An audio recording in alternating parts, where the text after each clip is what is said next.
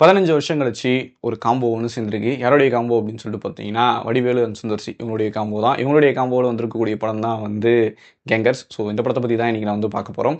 நான் உங்கள் நெடுமாறன் ராஜாங்கம். So gangers படத்தை வந்து டைரக்ட் பண்ணியிருக்காரு. டைரக்டர் சுந்தர் சி அவர்கள்.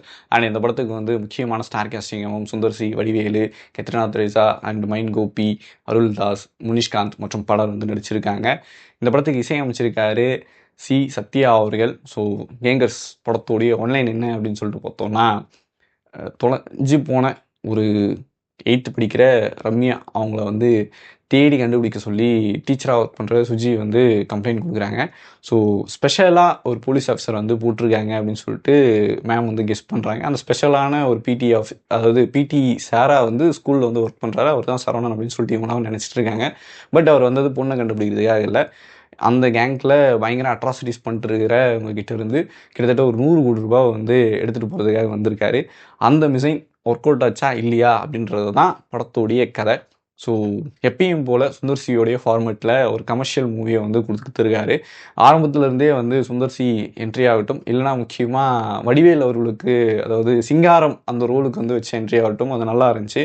அந்த சின்ன பையன் கூட வடிவேல் அவர்கள் பண்ணுற காமெடி வந்து எனக்கு வந்து ரொம்ப பிடிச்சிருந்துச்சு.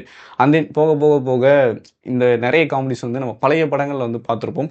அந்த மாதிரியான ஸ்டைல்ஸில் தான் வந்து அந்த காமெடிஸ் நிறைய வந்து இருந்துச்சு. அது ரொம்ப ஒரு ஃப்ளோவாக படத்துக்குள்ளேயே வந்து இருக்கிற மாதிரி இல்லை. ஸோ ஒரு சில காமெடிஸ் வந்து இப்படி பண்ணுவாங்களா அப்படின்ற மாதிரி ஒரு கேள்விக்குறியோட தான் இருந்துச்சு. பட் வடிவேலு பண்ணதுனால அது ஏதோ பார்க்குறதுக்கு ஓகே அப்படின்ற மாதிரி ஏற்றுக்கிட்டோம். பட் இருந்தாலும் கதையோடு அது பொருந்துமா அப்படின்னு கேட்டால் அது கொஞ்சம் அவைவாக இருந்த மாதிரி ஒரு ஃபீல் தான் வந்து எனக்குள்ளே இருந்துகிட்டே இருந்துச்சு. ஃபர்ஸ்ட் ஹாஃபில் வந்து அவ்வளோ லாஜிக் மிஸ்டேக்ஸ் வந்து ரொம்ப அப்பட்டமாக வந்து நம்ம கஷ்டம் வந்து பட்டுக்கிட்டே இருந்துச்சு. இதையெல்லாம் இன்னும் கொஞ்சம் பண்ணியிருக்கலாமே, இன்னும் கொஞ்சம் ஸ்க்ரீனில் நீங்கள் ஒர்க் பண்ணியிருக்கலாமே, ரைட்டிங்கில் இந்த சென்ஸோடு நம்ம பண்ணியிருக்கலாமா அப்படின்ற மாதிரி ஒருக்குள்ளே ஒரு ஃபீல் இருந்துக்கிட்டே இருந்துச்சு. அவ்வளோ ஒரு சுமாரான ஒரு ஃபர்ஸ்ட் ஹாஃப் தான். தென் செகண்ட் ஹாஃபில் இருந்து தான் படம் கொஞ்சம் அதாவது லிட்ரலாக கொஞ்சம் ஒர்க் அவுட் ஆரம்பிச்சு. ஒரு ஃப்ளாஷ்பேக், அந்த ஃப்ளாஷ்பேக்கில் அது கொஞ்சம் ஃப்ளாஷ்பேக் வந்து நல்லா ஒர்க் அவுட் ஆச்சு. ஸ்டார்டிங்காக வரக்கூடிய ஃப்ளாஷ்பேக் அண்ட் தென் இந்த மிசைன் ஒன்று கம்ப்ளீட் பண்ணும்போதும் கொஞ்சம் ஃபன்னிங்காக அப்படியே வந்து ஒரு ரைமிங்காக வந்து போயிட்டே இருந்துச்சு. அண்ட் தென் கடைசியாக கிளைமேக்ஸ் போர்ஷனுமே வந்து அந்த கிளைமேக்ஸ் வந்து கொஞ்சம் இறுக்கமாக முடிக்கும்போது ஒரு நல்ல ஒரு கிளைமேக்ஸ் அப்படின்ற மாதிரி ஒன்று இருந்துச்சு. இதுக்கு இடையில படம் முழுக்கவே வரக்கூடியது மியூசிக் தான். அந்த மியூசிக் வந்து பல இடங்களில் வந்து நம்ம இதுக்கு முன்னாடி பார்த்த படங்கள்லேருந்து வந்த மாதிரியான மியூசிக் தான் இருந்துச்சு. புதுசாக கொஞ்சம் ட்ரை பண்ணிடலாம் அப்படின்னு சொல்லிட்டு எனக்கு வந்து தோணுச்சு. அண்ட் தென் அதில் வரக்கூடிய ஒரு மெலடி சாங் அது ரொம்ப நல்லா இருந்துச்சு. ஸோ 15 வருஷம் கழித்து சேர்ந்துருக்கக்கூடிய இந்த காம்போ, அதாவது சுந்தர் சி அண்ட் வடிவேலு இவங்களுடைய காம்போ 100% நம்மளை வந்து சிரிக்க வைக்கல அப்படின்றது தான் என்னுடைய பதிலாக இருக்கும்.